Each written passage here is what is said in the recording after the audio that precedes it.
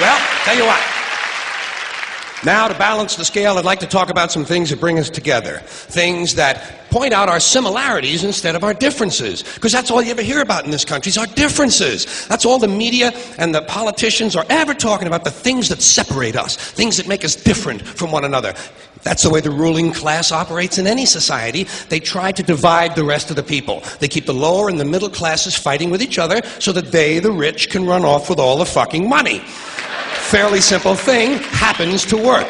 You know, anything different, that's what they're going to talk about. Race, religion, ethnic and national background, jobs, income, education, social status, sexuality, anything they can do, keep us fighting with each other so that they can keep going to the bank.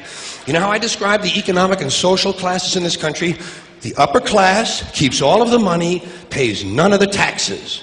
The middle class pays all of the taxes, does all of the work. The poor are there just to scare the shit out of the middle class. Keep them showing up at those jobs.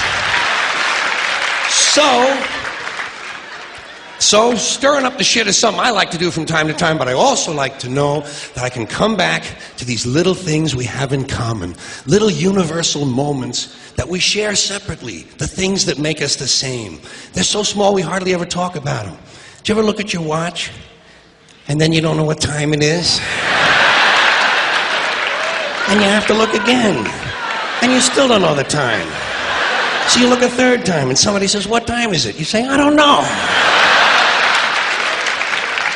Do you ever notice how sometimes all day Wednesday, you keep thinking it's Thursday? And it happens over and over all day long. And then the next day, you're all right again. Do you ever find yourself standing in one of the rooms in your house and you can't remember why you went in there?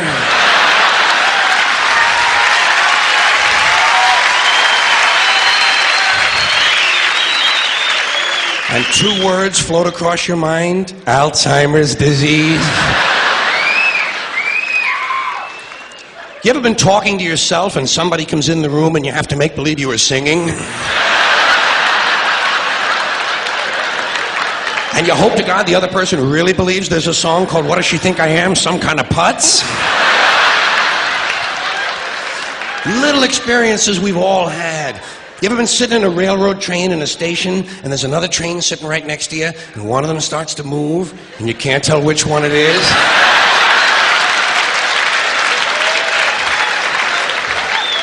How about when you're out on a small boat on a windy day? You ever been out rocking back and forth for 3 or 4 hours trying to keep your balance? Rough seas, little boat. Then you get back into the shore and you're standing on the dock and you could swear there was something inside of you that was still out there rocking.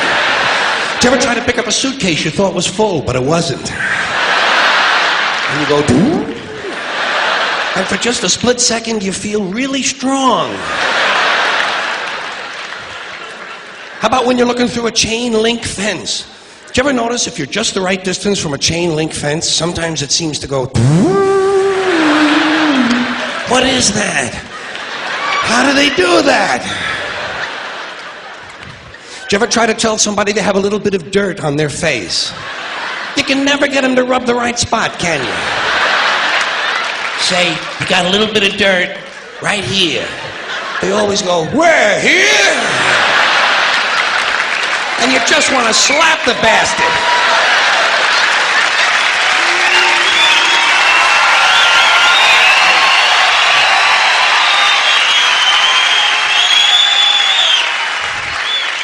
Do you ever notice how awful your face looks in a mirror in a restroom that has fluorescent lights?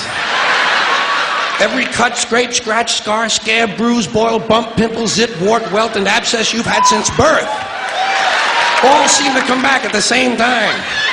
And all you can think of is, "I gotta get the fuck out of here!"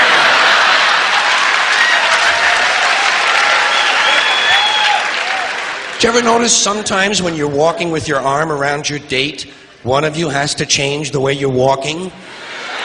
Men and women don't walk the same. One of them has to change. Either the man has to walk like this,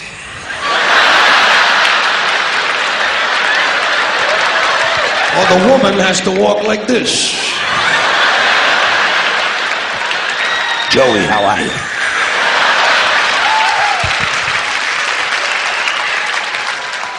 How about when you're going up a flight of stairs and you think there's one more step? And you go... And then you have to kind of keep doing that, you know? So people will think it's something you do all the time. I do this all the time. It's the third stage of syphilis.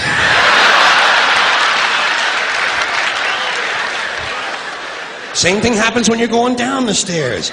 You could swear there was one more step. Holy shit. My hips are in my chest.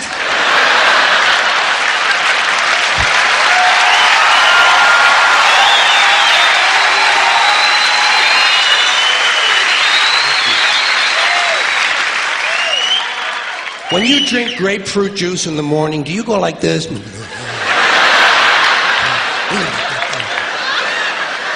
I do too. Why do we drink it? It's like ice cream throat. You know when you've been eating ice cream too fast and you get that frozen spot in the back of your throat, but you can't do anything about it because you can't reach it to rub it? You just have to kind of wait for it to go away. And it does. Then what do? Eat more ice cream! What are we, fucking stupid?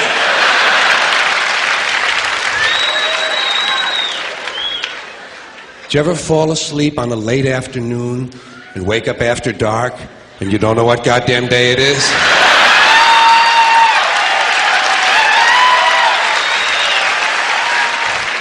Like when you have your head on the pillow. Do you ever notice when you have your head on the pillow, if you close the bottom eye, the pillow is down there. Then if you switch eyes, the pillow moves up there. Whoa, holy shit, Dave, look at this. The mystery of the moving pillow. I think it's related to the chain link fence mystery myself. Do you ever have to sneeze while you're taking a piss? It's frightening, isn't it? It's frightening because actually you can't do it. It's physically impossible to sneeze while pissing. Your brain won't let it happen. Your brain says, stop pissing! We're going to sneeze now! Because your brain knows you might blow your asshole out.